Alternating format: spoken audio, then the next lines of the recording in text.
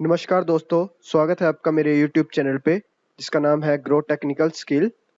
तो आज की इस वीडियो में हम डिस्कस करेंगे एसक्यूएल ऑपरेटर्स के बारे में। तो चलिए शुरू करते हैं। सब्सक्राइब कीजिए हमारे चैनल को और लेटेस्ट जानकारी के लिए बेल आइकन को दबाना ना भूलें।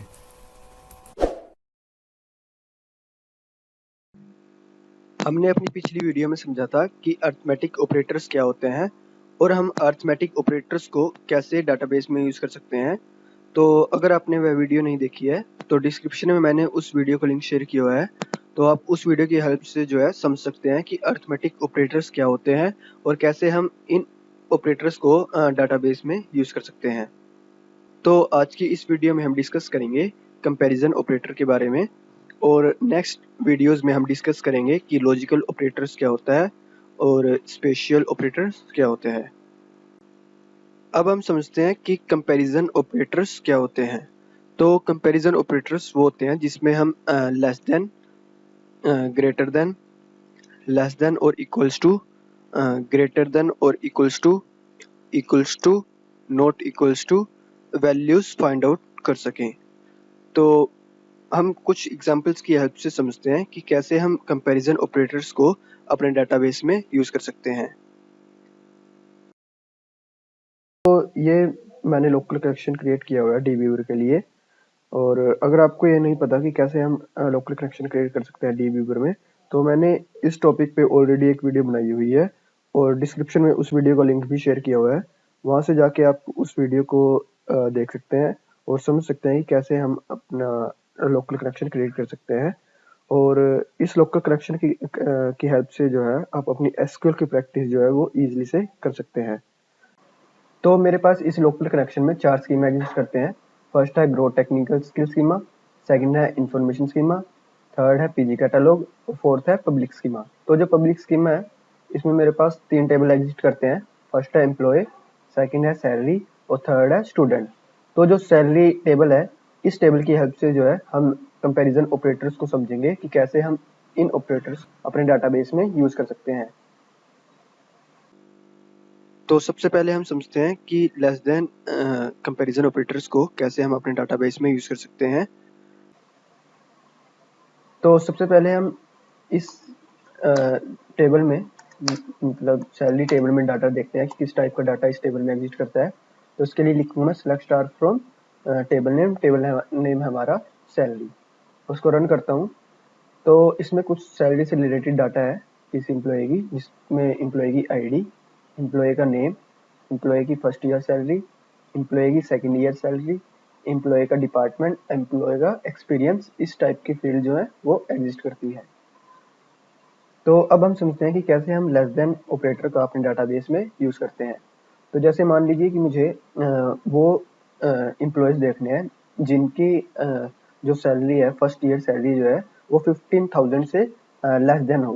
तो मैं इसके लिए लिखूंगा select star from table name हमारा salary, where first year salary less than 15,000।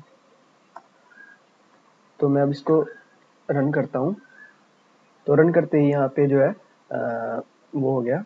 इसमें टोटल 8 रिकॉर्ड आए हैं जिनकी जो सैलरी है वो 15,000 से लेस देन है, फर्स्ट ईयर सैलरी। जैसे इसकी 11 है, इसकी 13 है, ये जैसे जो है ये 15,000 से लेस देन है सभी एम्प्लॉइज की फर्स्ट ईयर सैलरी।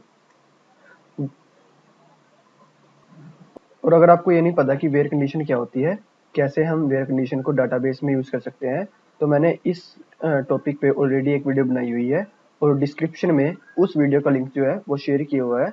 वहाँ से जाके आप उस वीडियो को देख सकते हैं और समझ सकते हैं कि कैसे हम इस वेयर कंडीशन का यूज़ कर सकते हैं। तो ये हुआ कि लेस देन कंपैरिजन ऑपरेटर क्या होता है और कैसे हम इसे अपने डाटाबेस में यूज़ कर सकते हैं। अब हम पढ़ते हैं ग्रेटर देन कंपैरिजन ऑपरेटर के बारे में। तो ग्रेटर देन ऑपरेटर को भी हम सैलरी टेबल से समझते हैं कि कैसे हम ग्रेटर देन ऑपरेटर का जो है वो यूज़ कर सकते हैं। जैसे मान लीजिए कि मुझे वो एम्प्लॉयज देखने हैं जिनकी सेकंड ईयर सैलरी जो है वो 15,000 से ग्रेटर देन हो। तो इसके लिए मैं लिखूंगा select star from table name में हमारा salary, where second year salary greater than 15,000।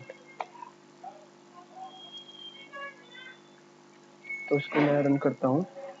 तो यहाँ पे टोटल जो है 15 रिकॉर्ड्स है जिनकी जो सेकंड ईयर सैलरी है वो 15,000 से अबव है।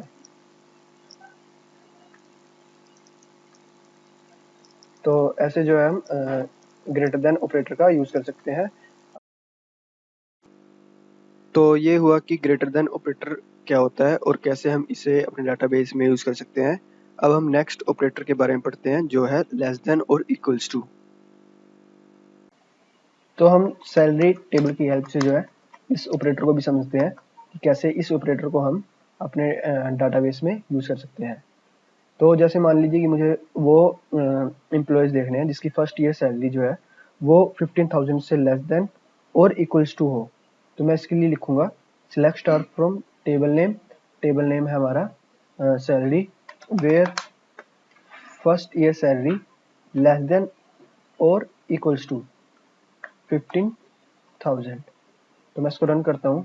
तो ऐसे टोटल 11 रिकॉर्ड है जिसकी सैलरी 15,000 भी है और उससे लेस देन भी है। तो ऐसे जो है हम लेस देन और इक्वल्स टू ऑपरेटर को अपने डाटाबेस में यूज कर सकते हैं। तो ये हुआ कि लेस देन और इक्वल्स टू कंपैरिजन ऑपरेटर क्या होता है और कैसे हम इसे अपने डाटाबेस में यूज कर सकते हैं। अब हम समझते हैं कि ग्रेटर देन और इक्वल्स टू ऑपरेटर्स को कैसे हम अपने डाटाबेस में यूज कर सकते हैं। तो सैलरी टेबल की हेल्प से जो है हम इस ऑपरेटर को भी समझते हैं कि कैसे हम ग्रेटर देन और इक्वल्स टू ऑपरेटर को अपने डाटाबेस में यूज कर सकते हैं।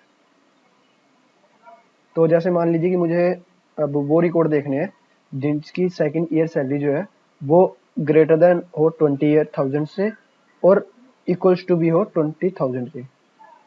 तो मैं इसके लिए लिखूंगा select star from table name, where second year salary greater than और इक्वल्स टू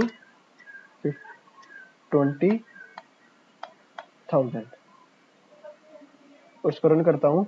तो ऐसे इस टेबल में टोटल 10 रिकॉर्ड एग्जिस्ट करते हैं जिनकी जो सैलरी है वो 20,000 भी है और उससे ग्रेटर देन भी है।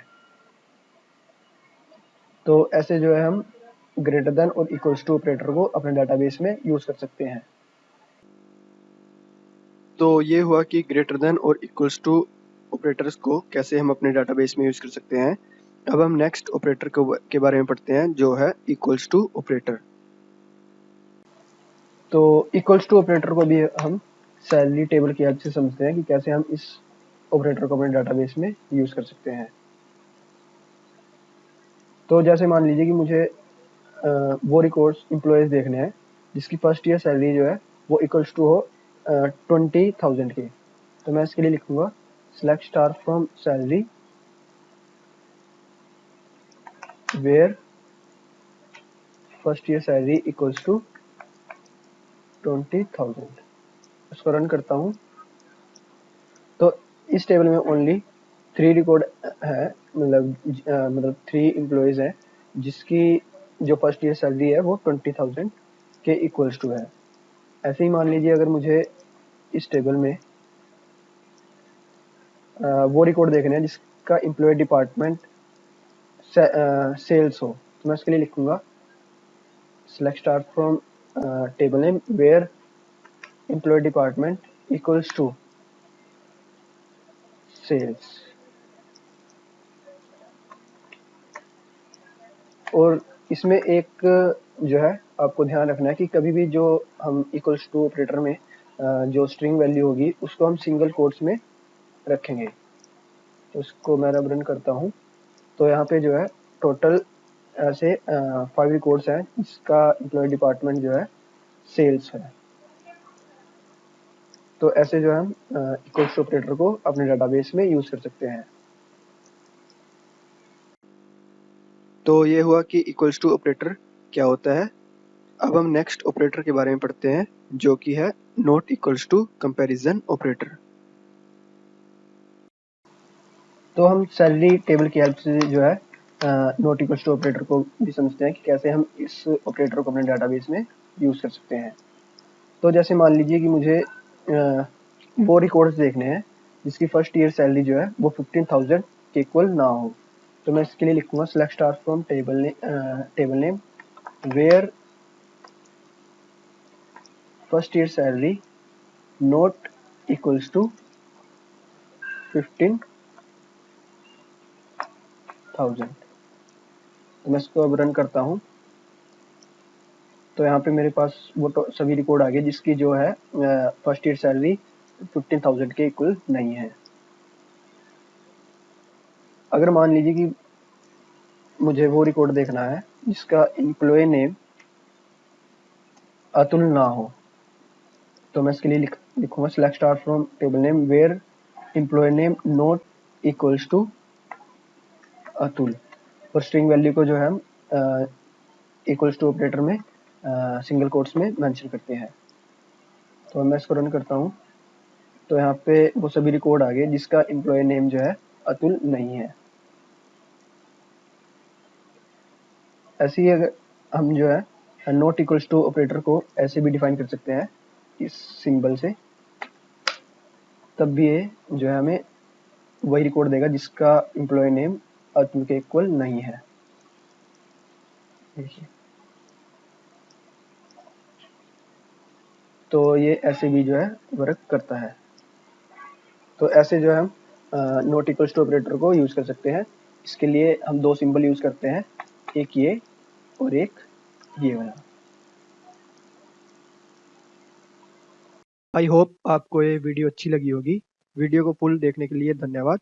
वंदे मातरम।